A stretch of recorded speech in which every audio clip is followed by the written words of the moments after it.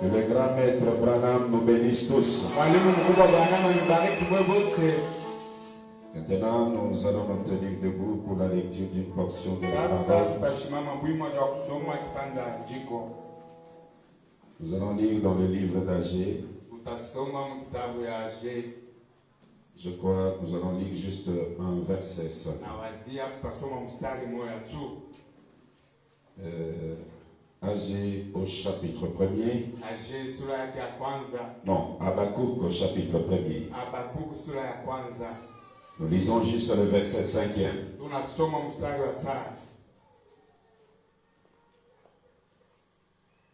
Jetez les yeux parmi les nations, regardez et soyez saisis d'étonnement et d'épouvante. Car je vais faire en vos jours une œuvre que vous ne croiriez pas si on la racontait. Que l'Éternel bénisse la lecture de sa parole. Nous pouvons nous asseoir. Nous sommes très heureux encore aujourd'hui d'être du haut de cette chair afin de partager avec le peuple de Dieu sur la parole éternelle.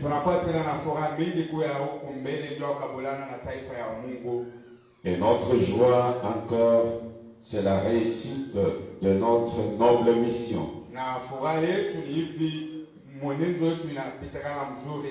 Parce que notre mission, chaque fois que nous sillonnons avec la parole faite chair, c'est de gagner juste une âme pour le Seigneur. Parce que la chose la plus difficile, c'est d'amener un mortel à croire un autre mortel. Et hier, quand nous nous sommes retrouvés avec 5 personnes dans les eaux de baptême, en réalité, on pouvait même vous dire au revoir et retourner chez nous. Parce que nous comprenons que c'était la signification majeure de notre présence ici.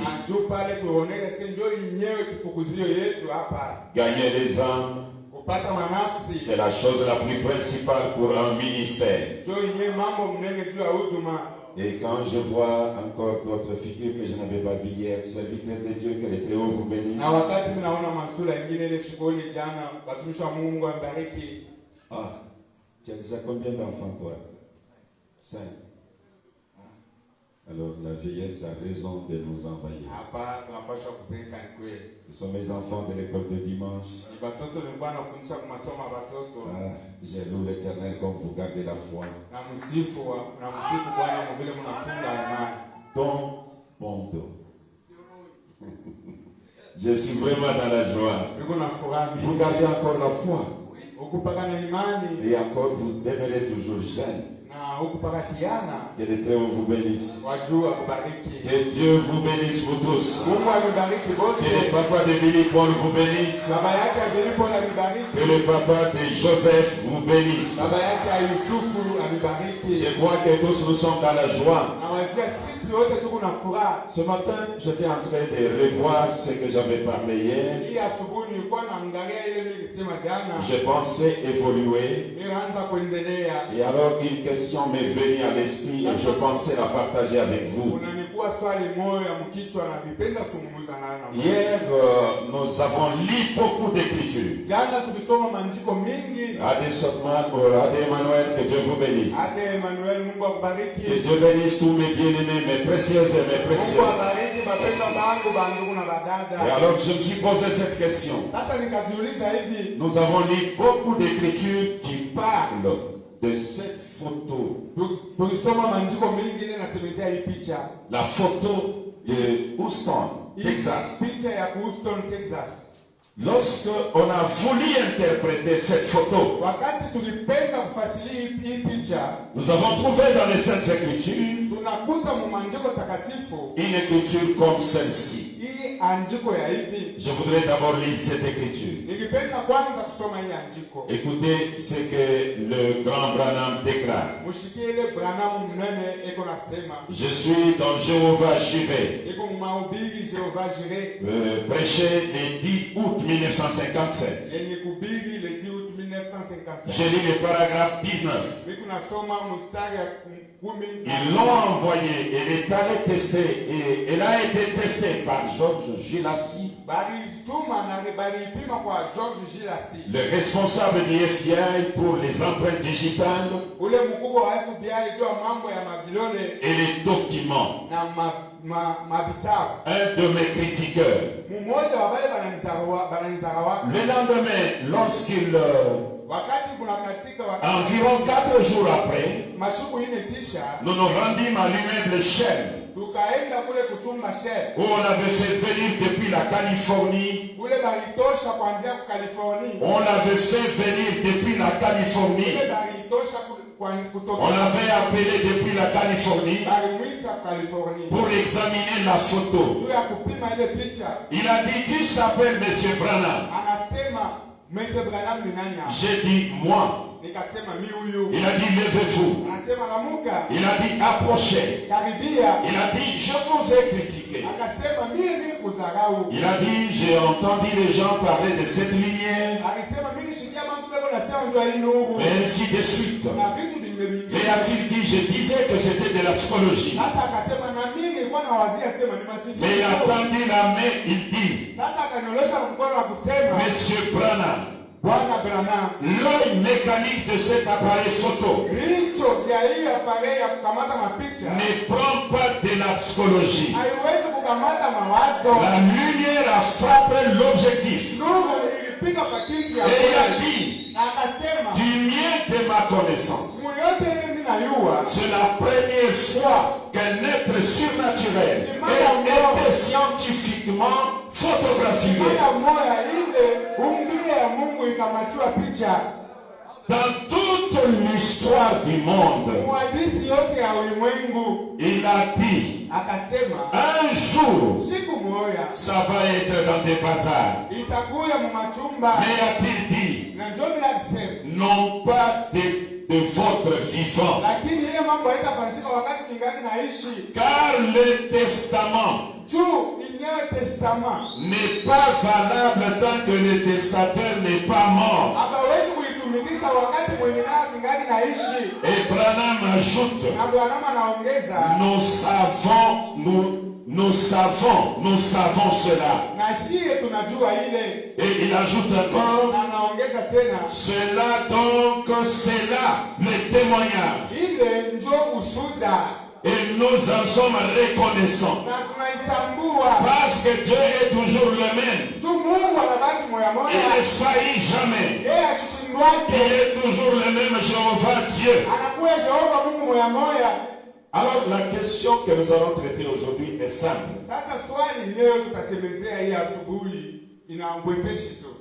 Pourquoi comparer cette photo au testament et au testateur?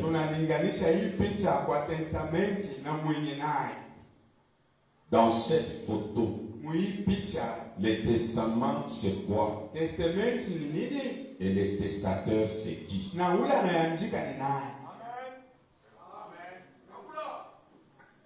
On compare ça à un testament du testateur par Georges Gilassi, Branham à Sainte. Georges Gilassi analinganisha sasa testamenti yenye kuandikwa kwa mwenenani na Branham anaichikia ile mambo.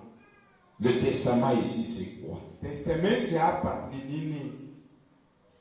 Et le testateur c'est qui? Na ule anayeandika ni nani? Nous parlons du troisième testament. C'est-à-dire il y a eu le premier et le deuxième. Si vous vous rappelez bien, l'auteur, l'écrivain ou le propriétaire du premier testament, c'était Moïse.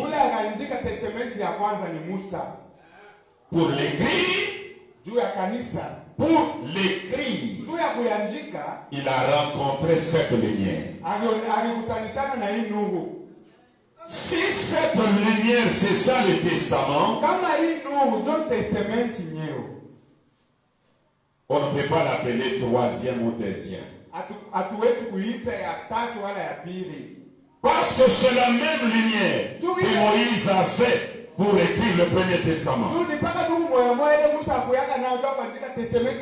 C'est la même lumière que Jésus a fait pour que sa vie soit le deuxième testament. Même l'écrivain du deuxième testament, Paul, il a rencontré la même lumière. Et c'est la même lumière qui vient dans le berceau de Branham en 1909 à 5h du matin, le 6 avril. Le 6 avril. C'est cette même colonne de fer, cette même lumière. Et alors on ne peut pas l'appeler testament. Cette lumière n'est pas le testament. Juste cette petite démonstration disqualifie cette lumière pour être appelée testament.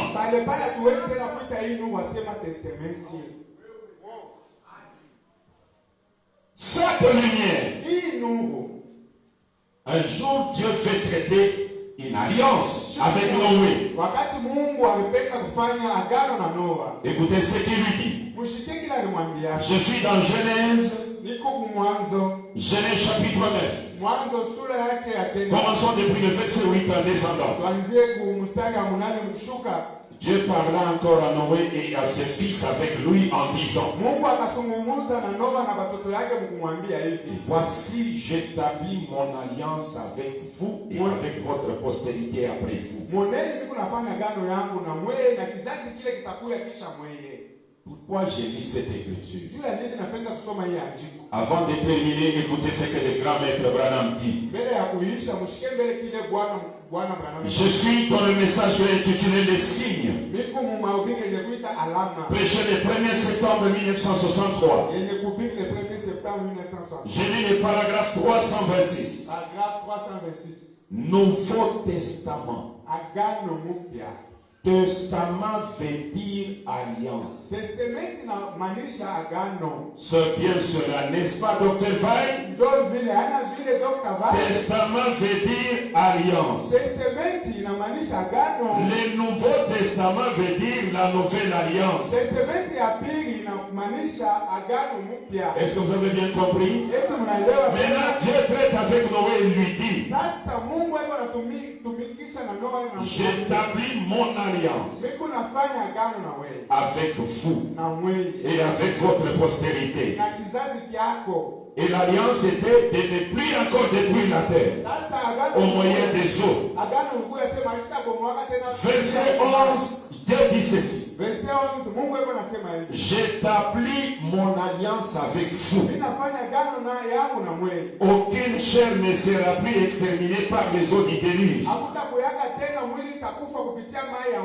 Il y en aurait plus de déluge pour détruire la terre. Et Dieu dit: c'est ici le signe de l'alliance entre moi et vous. Et tous les êtres vivants qui sont avec vous, pour les générations à toujours. J'ai placé mon arc dans la nuée. C'est comme ça que vous l'appelez, hein? L'arc-en-ciel. Voilà. Il servira des signes d'alliance entre moi et la terre. L'arc-en-ciel n'était pas réellement l'alliance, mais c'était le signe de l'alliance. Parce que l'Assemblée les comprend. Pour que Moïse apporte le premier testament, l'alliance, il voit l'arc-en-ciel dans un buisson ardent. Pour que Jésus nous apporte le deuxième testament, l'arc-en-ciel descend sur lui dans la rivière Jourdain à 30 ans.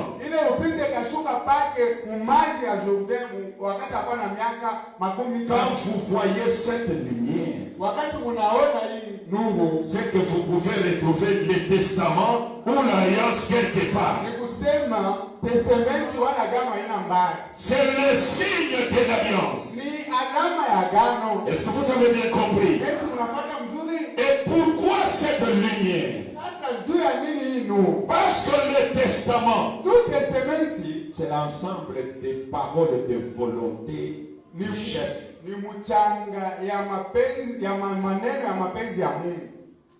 Le chef d'une entreprise, d'une famille, il a des volontés pour chacun.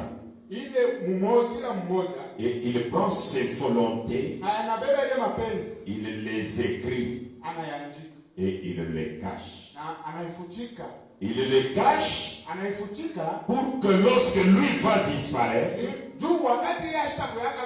que chacun retrouve sa place, sa position et ses droits dans ces volontés-là.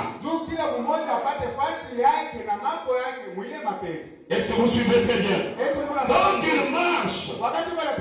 Ces volontés-là, si vous les exposez, il n'y a qu'un ennemi qui peut les faire. Est-ce que vous suivez très bien? Par exemple, je suis le papa de ces 4 qui sont ici. Et je suis le chef d'une entreprise dont ils font partie. Et je fais le testament. La voiture que je roule là, je laisse à Francis. La maison que j'occupe, je laisse à Ogi. L'argent dans la banque, je laisse à mon interprète. Et tous les fermes que j'ai, toutes les entreprises, je laisse à Goffer. Maintenant j'appelle un témoin. Je lui dis, voici ma volonté. À mon absence, dévoile ça. Et maintenant, le témoin qui a vu ça, il appelle Francis à côté. Hier, quand je vous ai passé en cours de route à pied, je me suis dit, mais quand il marche à pied là, il ne connaît pas ce qu'il a. Tu sais la Jeep que le pasteur roule avec là. C'est pour toi. Le testament est là. Est-ce que vous avez compris? Là, moi, je suis en train de prêcher quelque part. On est en train de dévoiler le testament. Et quand j'arrive, Francis qui me pose la question, est-ce que réellement la voiture là m'appartient? Et moi je réponds à Francis, c'est un mensonge horrible, impie, du diable. Ne croyez pas ça. Amen.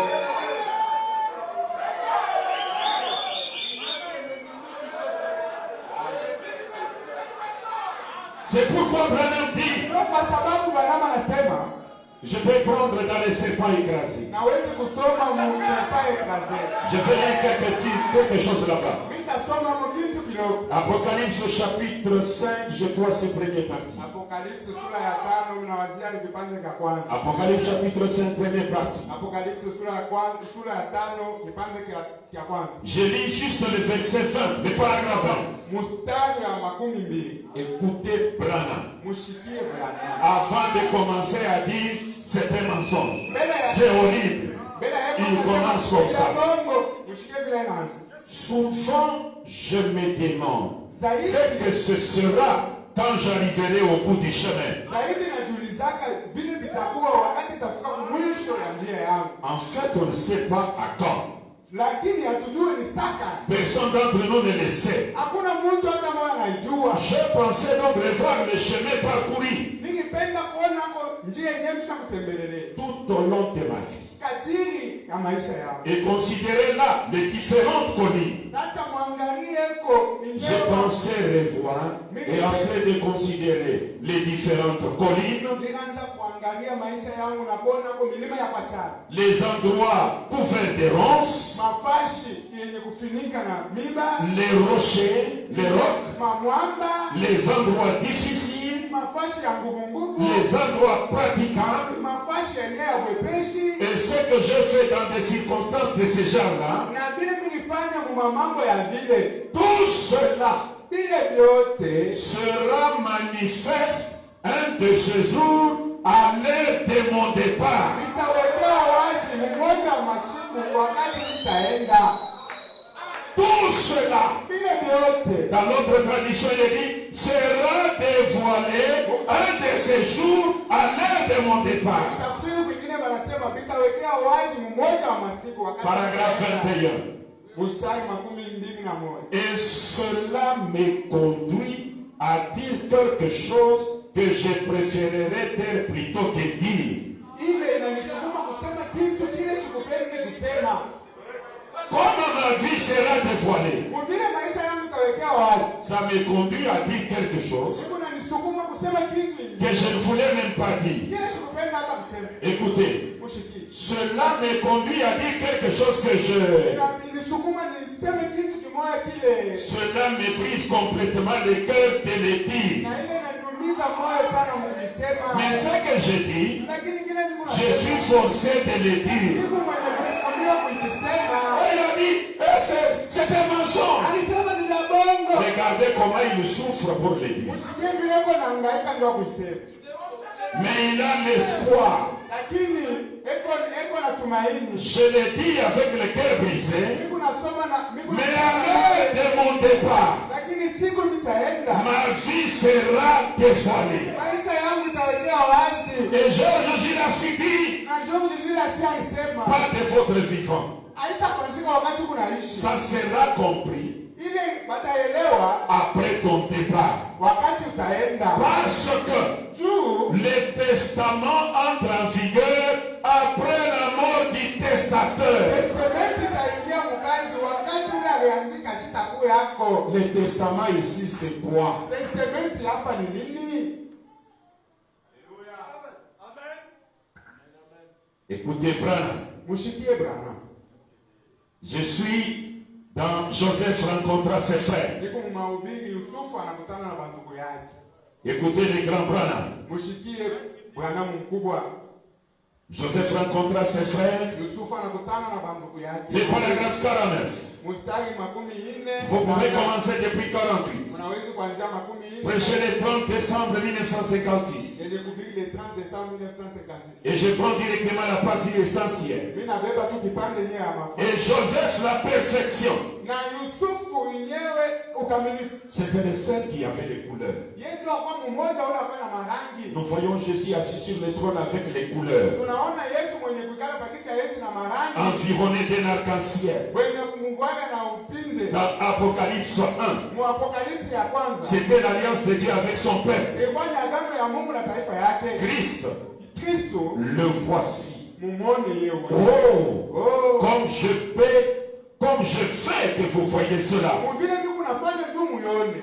Christ est l'alliance de Dieu avec son peuple. Kristo ndio agano ya Mungu na taifa yake. L'alliance là, Ile agano hii c'est une personne. ni mtu. Et cette personne est appelée Christ. Na ule mtu banamuita Kristo. Christ veut dire quoi? Kristo inamaanisha nini? Un homme moins Ni mtu mwenye kupakaliwa de la plénitude de la divinité. na utele ya Mungu. Voilà Christ. Ndio ule banaita Kristo. Christ est l'alliance de Dieu avec son peuple. Kristo ndio agano ya Mungu na taifa yake. Pas les dénominations. Haina zebu hapana. Mais Christ est l'alliance de Dieu. Lakini Kristo ndio agano ya Mungu. Comme Joseph était haï, Mvile Yusufu akawa mwenye kuchukiwa. ainsi en est-il de Christ aujourd'hui. Ndio vile tena Kristo eko mwenye Je ne sais pas si nous comprenons cela.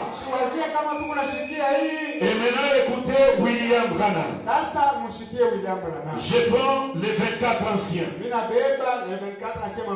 Le paragraphe 158. Prêché le 1er janvier 1961. Observez. Êtes-vous prêts? Écoutez. Gardez ceci maintenant. Souvenez-vous, c'est seulement pour que vous le sachiez. Jamais tu peux arrêter l'enregistrement. Écoutez. Non. Je ne dois pas arrêter cela ici. Ça va. Je veux dire, continue à enregistrer. Je permets ceci à l'église. Remarquez ceci. Pour que vous sachiez que la couleur de la lumière qui est avec le Seigneur est bien. Et la lumière du Seigneur suit le Seigneur. Et c'est le Seigneur. C'est la couleur ambre. Une couleur vert jaunâtre.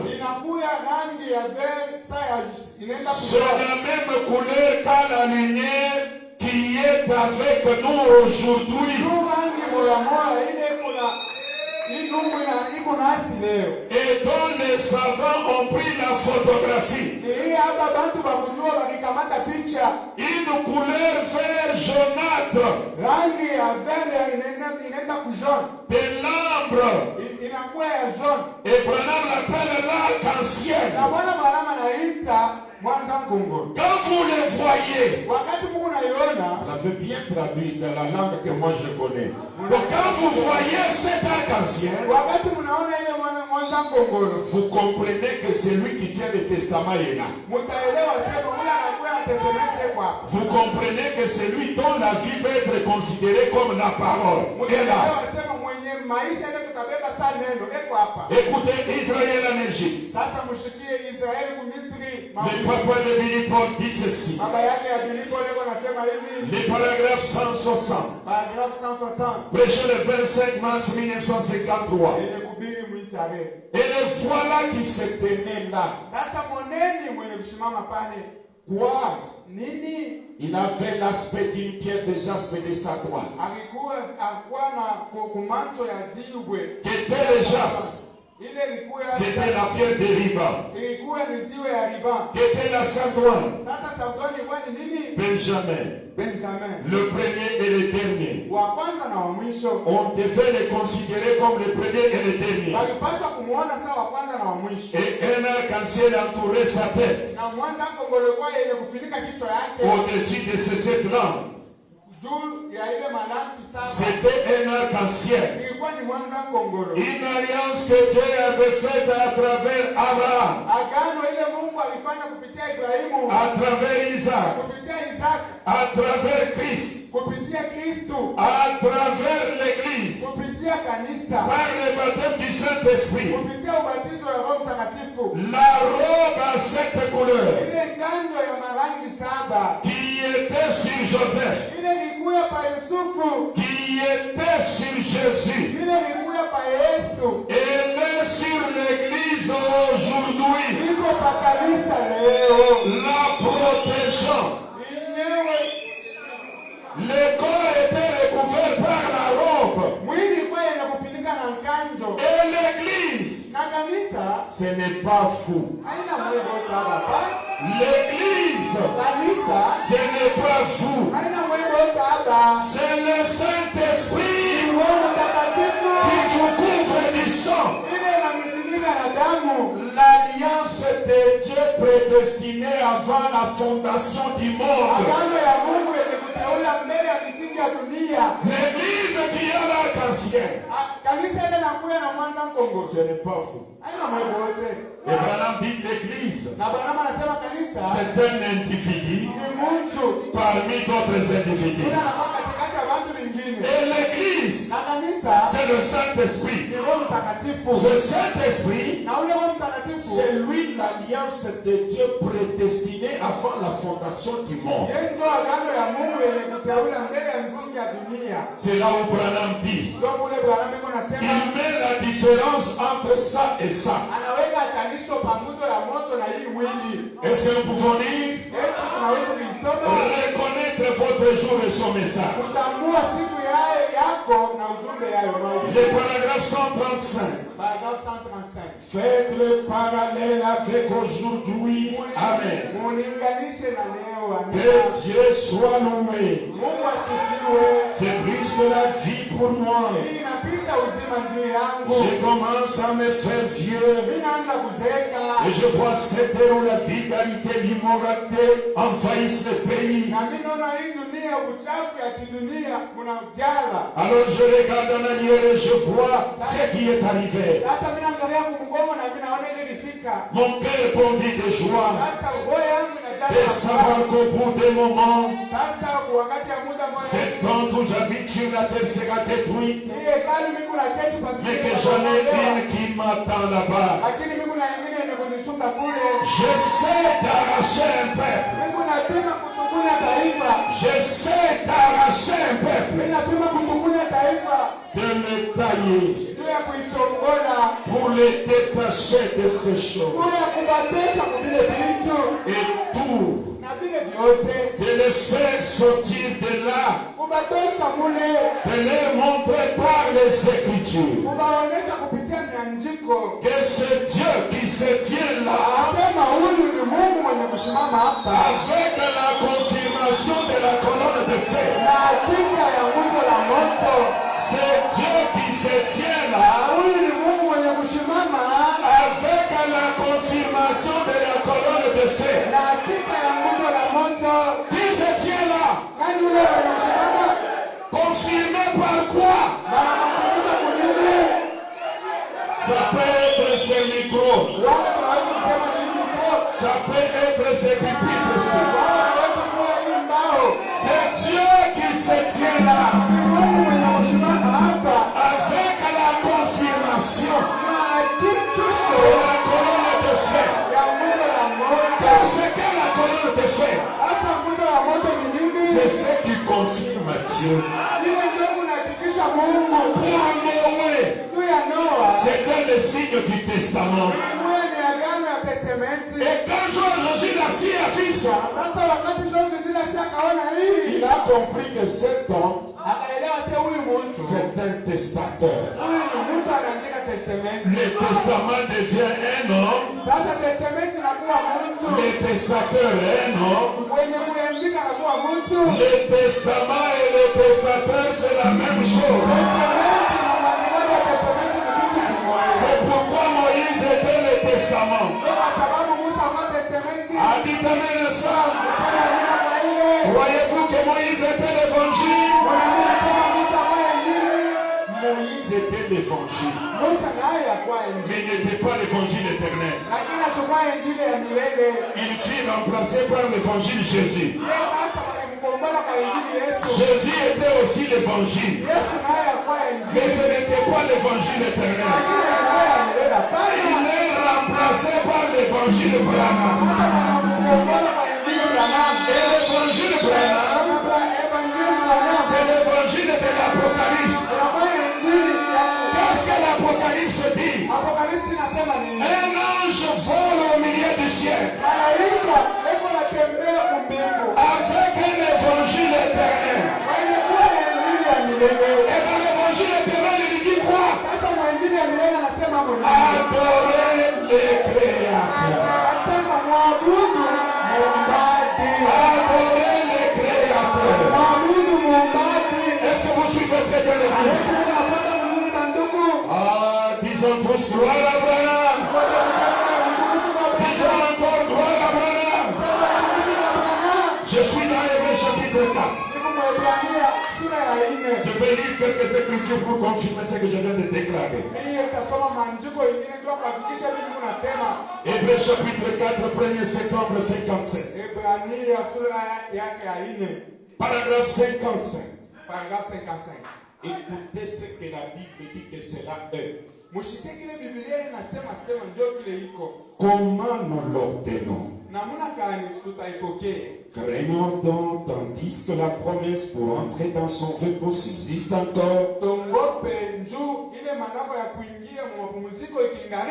qu'aucun de vous ne paraisse manquer cela. Car cette bonne nouvelle nous a été annoncée ce jour-là aussi bien qu'à eux. Qu'est-ce que l'évangile? La bonne nouvelle. La bonne nouvelle leur a été annoncée en Égypte en ces termes. Dieu a envoyé un libérateur. Et il va nous faire sortir d'ici pour nous amener dans la terre promise. L'évangile, c'était quoi? Le libérateur qui nous fait sortir de l'Égypte. C'est pourquoi Israël prêchait Moïse. Même les Égyptiens prêchaient Moïse. Comment est-ce qu'Israël prêchait? Frère, Moïse est capable de transformer l'eau en sang. Moïse est capable de prendre du sable, ça devient de mouche. Oh, Moïse est fort, Moïse est puissant. Là, c'est Israël qui le prêche. Les Égyptiens. Moïse est un imposteur. Il est venu troubler les gens. C'est un imposteur. Chacun le prêchait de sa manière. Est-ce que vous suivez bien?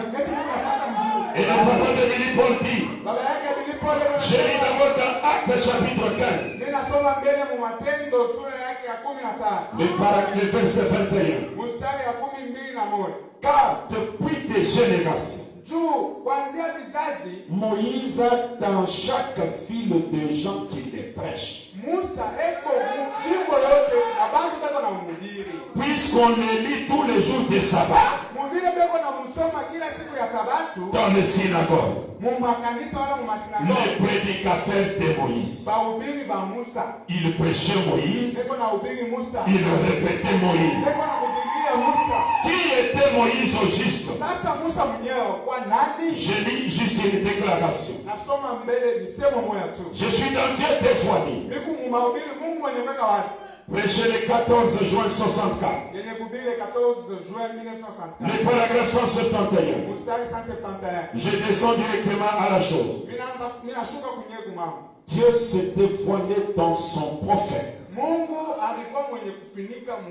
pour leur adresser ses paroles.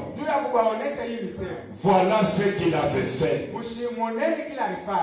Moïse était cette parole vivante pour les gens voilés par la colonne de feu, annonçant ce qui allait être voilé plus tard derrière les pots de blaireau. Est-ce que vous avez compris? Je peux lire encore le paragraphe 178. Maintenant il a dit, maintenant Moïse, tu comprends? Les gens comprennent maintenant. Tu vois, je t'ai présenté, je t'ai confirmé. Dieu s'est dévoilé dans ce prophète pour adresser sa parole aux gens. Moïse était le Dieu vivant. Pour eux, la parole vivante de Dieu manifestée. C'est pour cette raison que son visage était voilé. La loi de Moïse, c'est Moïse lui-même. L'Ancien Testament, c'est Moïse. Et quand Jésus est venu, Billy Branham déclare, je suis dans reconnaître votre jour et son message. 26 juillet 64. Depuis 137. Les signes de Moïse conformes à l'écriture. Il était ce grand prophète de Dieu qui était allé là-bas pour les délivrer. Ils ont reconnu ce qu'il en était. Ils ont reconnu le signe. Il était la promesse exacte de l'écriture confirmée. Jésus était cette promesse de l'écriture confirmée à cette femme. La femme au puits. Oui, il était l'interprétation. Jésus était l'interprétation. Jésus était l'interprétation de l'écriture. C'est lui-même l'écriture interprétée. Sa propre fille interprétait l'écriture. Ne voyez-vous pas le message de l'heure? Ne voyez-vous pas le message de l'heure? Pouvez-vous reconnaître où nous en sommes? Le message lui-même de l'écriture vous donne l'interprétation de l'ère où nous vivons. Mais le message, c'est quoi, frère Branham? Est-ce que ce sont ces brochures? Qu'est-ce que le message? Le quatrième saut. Paragraphe 378. Aussi, Apocalypse 10. Pour montrer que le message du septième ange, ce sera une personne en ce jour. Le message du septième ange, ce sera une personne en ce dernier jour qui sera ointe de Dieu pour accomplir un ministère tout à fait semblable à celui d'Élie le prophète. Comme prédit dans Malachie 4. Voilà. Une personne ointe qui va avoir un ministère semblable à d'Élie le prophète. Quand vous voyez cet homme-là, vous avez vu la parole. Nourriture spirituelle dans ton vénal. 18 juillet 65. Paragraphe 66, le grand Branham déclare. Nous découvrons que lorsqu'un homme envoyé de Dieu, ordonné de Dieu, vient avec le véritable ainsi dit le Seigneur.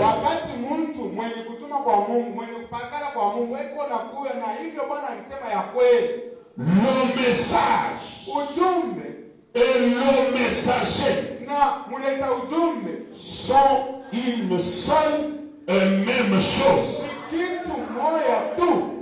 Parce qu'il est envoyé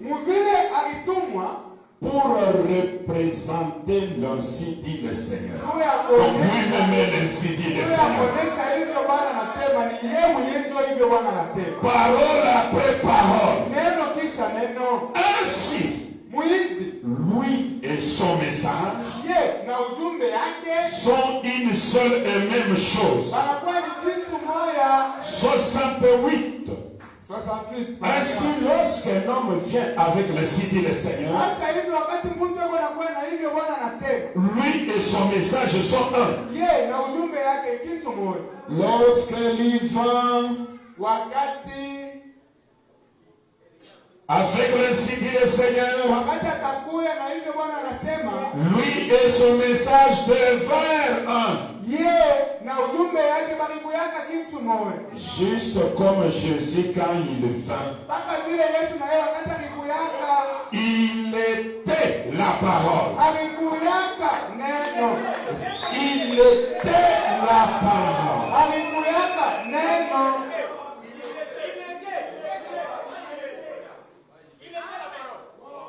Saint Jean 1, ainsi la parole de Dieu et les messagers de l'âge ont toujours été une seule et même chose. Paragraphe 70. Paragraphe 70. Maintenant, voyez-vous où j'essaie d'en venir? Quand je parle d'Élie, je parle de Moïse, je parle de Jésus, je parle quelque part. Maintenant, voyez-vous où j'essaie d'en venir? Ce matin, je vous ai parlé assez clairement. Assez clairement. Pour aujourd'hui, je vous ai parlé assez clairement. Alors d'habitude, tu nous parles comment? Votre marche. Les aveugles voient. L'évangile est annoncé dans sa puissance. Car le message et le messager sont la même chose. La parole est dans l'église. Dans la personne.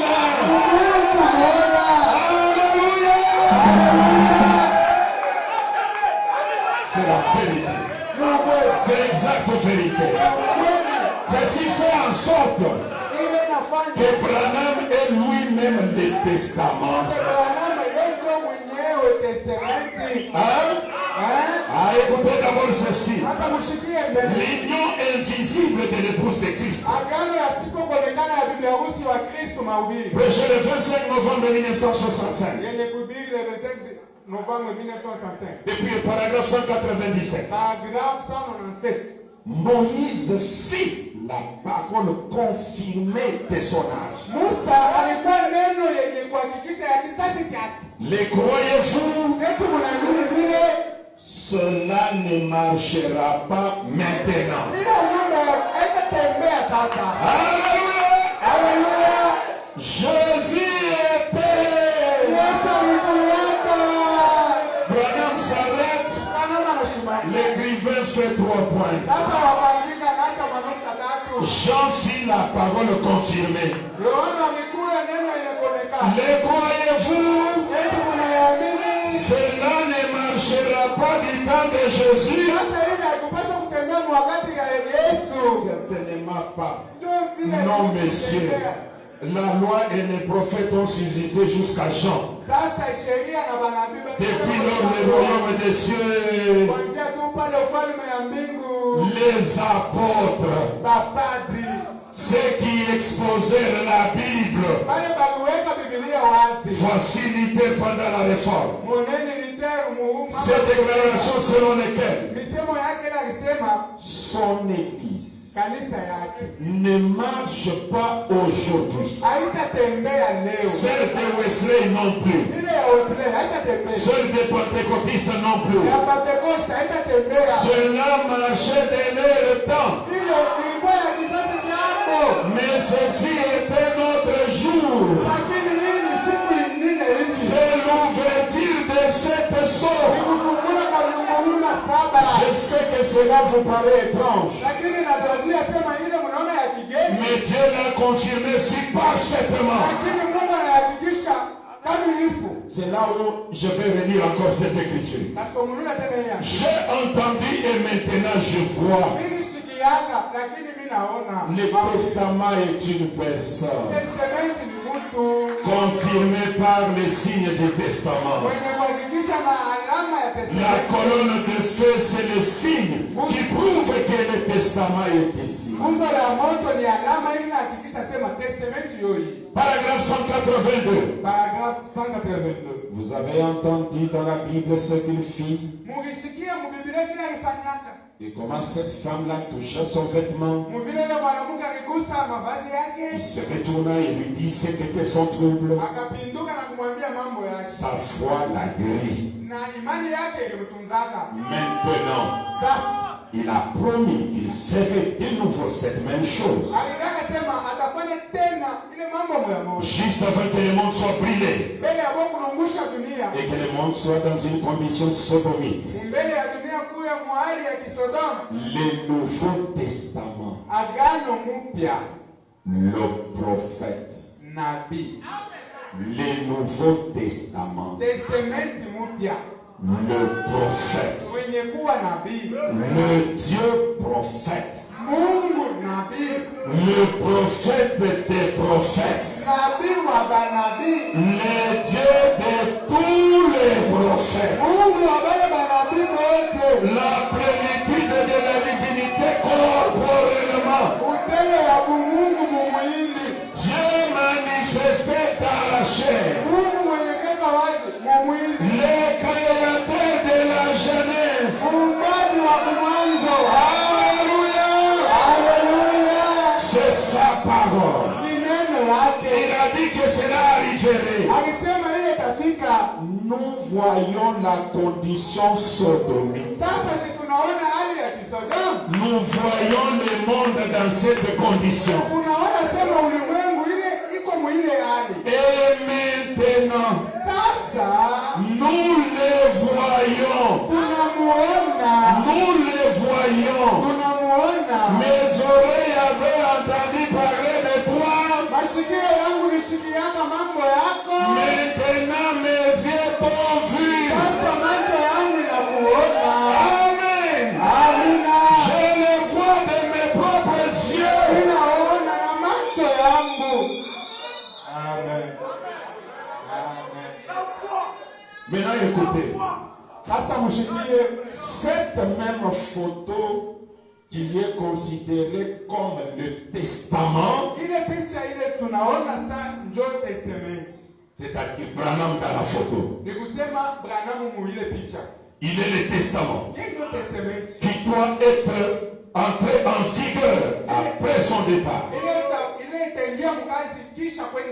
Cette même photo a des problèmes. A encore des problèmes. Hein? Que je vous dise les problèmes en question. Écoutez. Abraham et sa postérité après lui.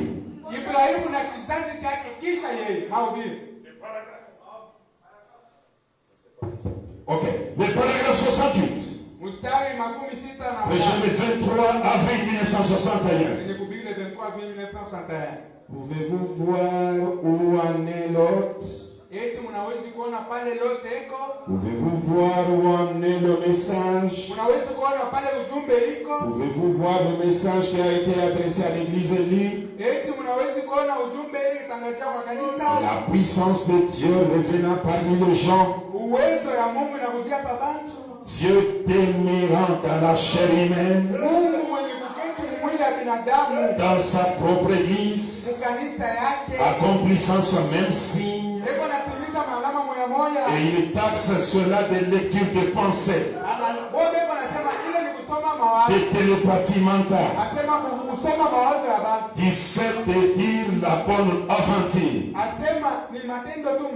Il n'est pas étonnant qu'il soit condamné. Que ces gens soient condamnés. Il n'est pas étonnant que des missiles téléguidés là, on intercepte cela dans l'air.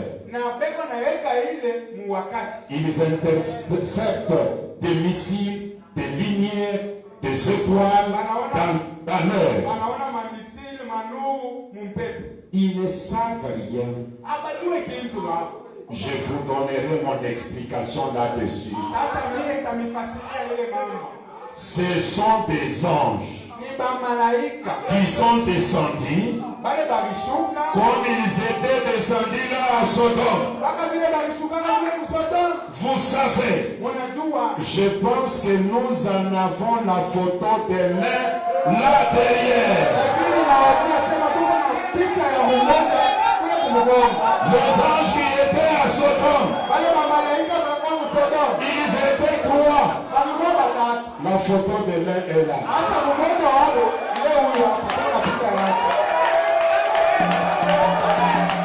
La photo de l'un est là derrière.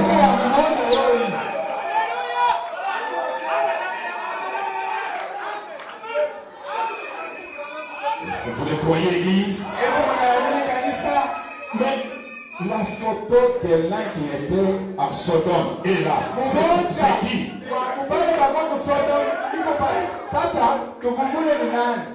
C'est qui cet ange? C'est qui cet ange dont la photo est derrière Branham au Branham Tabernacle?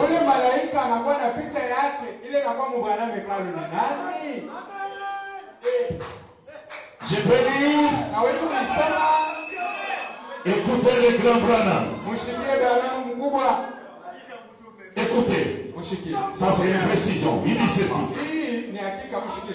Même quand vous doutez dans votre cœur, écoutez le sujet. Y a-t-il quelque chose qui soit trop difficile pour le Seigneur?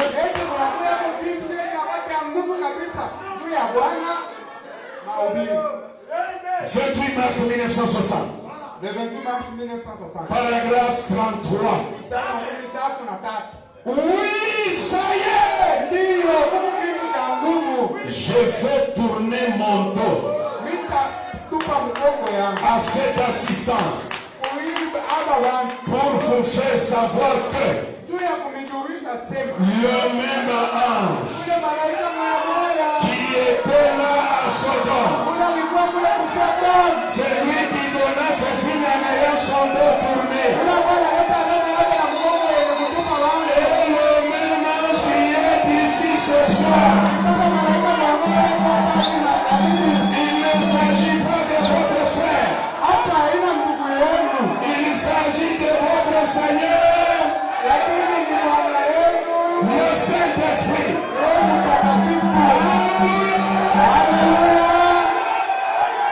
Sa photo est là.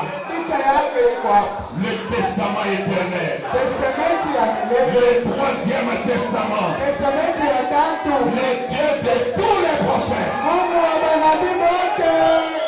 Et vous savez, quand il était chez Abraham, parce que lui-même est le testament. Vous savez quand est-ce qu'Abraham l'a appelé Elohim?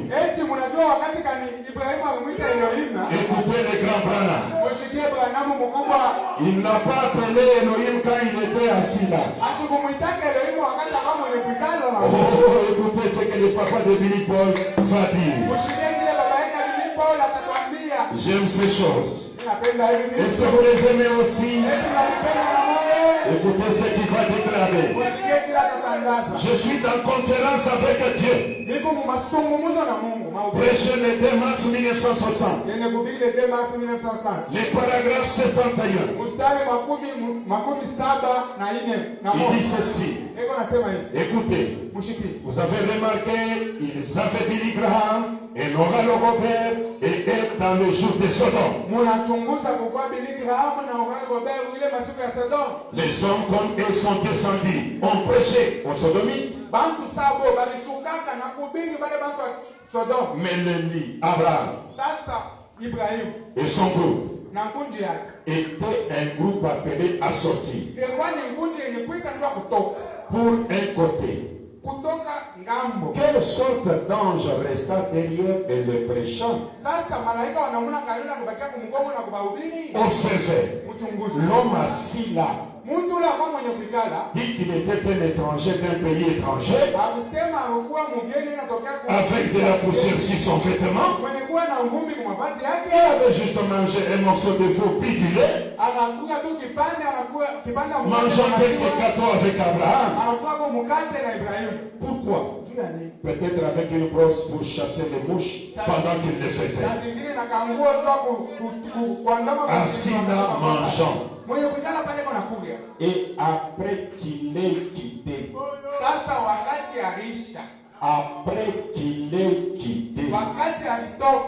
Abraham l'appela Elohim. Branham corrige la Bible. C'est quand cet homme est parti qu'Abraham l'a appelé Elohim. Cet homme, c'est un testament. Comment l'aigle veut s'accouver? Paragraphe 29. Ainsi, Abraham était appelé à sortir. Et cet ange qui s'est assis là avec Abraham, et après que l'ange quitta, il l'appela Seigneur Elohim. Quand est-ce qu'il a appelé? Après le départ. Et le testament est en vigueur quand? Après le départ du testateur. Jésus-Christ est le même hier. 26 juin 63. 26 juin 1963. Je lis directement 185. Remarquez, lorsque l'ange disparut et s'en alla, Abraham l'appela Elohim. Au fait, quand Frère Branham tournait le dos, si j'étais là, ça c'était Elohim lui-même. J'allais adorer. C'est après le départ qu'Abraham l'appelait Elohim. Est-ce que vous avez vu cet ange-là? Est-ce que vous l'avez réellement vu? Je vais lire cette écriture pour terminer. Merci beaucoup. Est-ce que vous êtes disposés? Oh, est-ce que l'église est disposée réellement? Écoutez. Donc, en Swahili, c'est bien Sukumabit. C'est bon. C'est bon. Écoutez.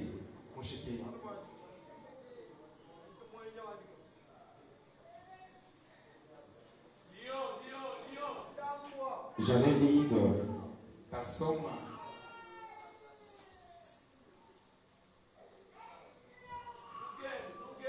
149. Dieu est son propre interprète. Je lis sans sauter un paragraphe jusqu'au paragraphe 161. Même 163.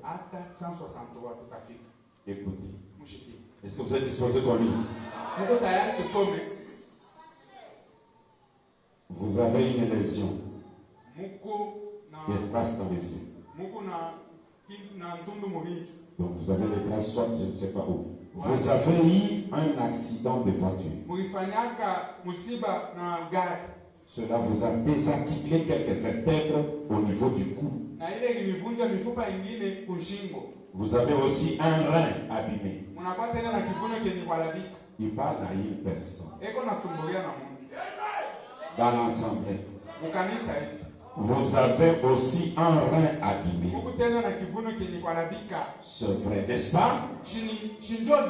Croyez-vous? Vous serez guéris. Gloire au Seigneur. Croyez-vous que Dieu guérit l'affection des reins? Allez donc de l'avant et acceptez votre guérison. Venez, madame. Remarquez dans cette direction-ci. Croyez-vous que Dieu guérit l'affection du cœur? Très bien, poursuivez votre chemin et croyez, votre cœur sera rétabli. Venez ici. Croyez-vous que Dieu peut guérir votre dos et vous rétablir? Allez de l'avant. Croyez donc cela. Croyez simplement Dieu. C'est tout ce que vous avez à faire. Venez, madame. Croyez-vous que Dieu guérit la gastrite? Allez prendre votre soupe. Croyez de tout votre cœur. Venez. Vous croyez que Dieu peut guérir l'arthrite? Alors allez, croyez et faites. Dieu vous rétablira. Très bien. Venez. Croyez-vous de tout votre cœur? Croyez-vous? C'est encore l'arthrite. Croyez-vous que Dieu peut vous rétablir? Allez de l'avant, croyez cela. Dites merci Seigneur. Combien croient là-bas? Croyez-vous? Voici un homme assis ici. Il fait de l'hémorragie. Croyez-vous, monsieur, qui est assis juste ici? Oui, vous faites de l'hémorragie. Croyez-vous que ça sera guéri? La dame à côté de vous fait aussi de l'hémorragie. Et elle souffre du dos. Croyez-vous que Dieu va vous guérir? Croyez-vous? Levez la main, acceptez votre guérison. Cette dame à côté de vous a des problèmes aux jambes et à la hanche. Croyez-vous que c'est vrai? Madame, croyez-vous que vous serez guéri? Et levez la main et dites j'accepte cela. Très bien, la dame à côté d'elle a une infection. Croyez-vous que Dieu va guérir cette infection? Vous, jeune dame à lunettes, levez la main et dites j'accepte. Très bien, croyez-vous cela? La dame à côté d'elle souffre des reins. Croyez-vous que Dieu va guérir cette affection des reins? Très bien, levez la main, acceptez cela. La petite fille à côté de la droite a une droite. Croyez-vous que Dieu va guérir ces droites-là? Levez la main, acceptez cela. Combien croient de tout le cœur? Alors levez-vous. Acceptez cela. Levez-vous dans la présence du Dieu d'Abraham, Isaac et de Jacob. Est-ce que vous les croyez de tout votre cœur? Les grands jours se levaient. Dieu nous a visités. Voici des temps nouveaux. Est-ce que vous croyez que c'est un nouveau jour? Adorons-les tous ensemble. Et votre problème que vous avez, pendant que nous chantons, présentez-les maintenant. Que ce soit la stérilité, que ce soit la pauvreté, que ce soit la maladie. Le Dieu d'Abraham est présent ici. Il s'appelle William Marion Branham. Les grands jours se levaient. Dieu nous a visités.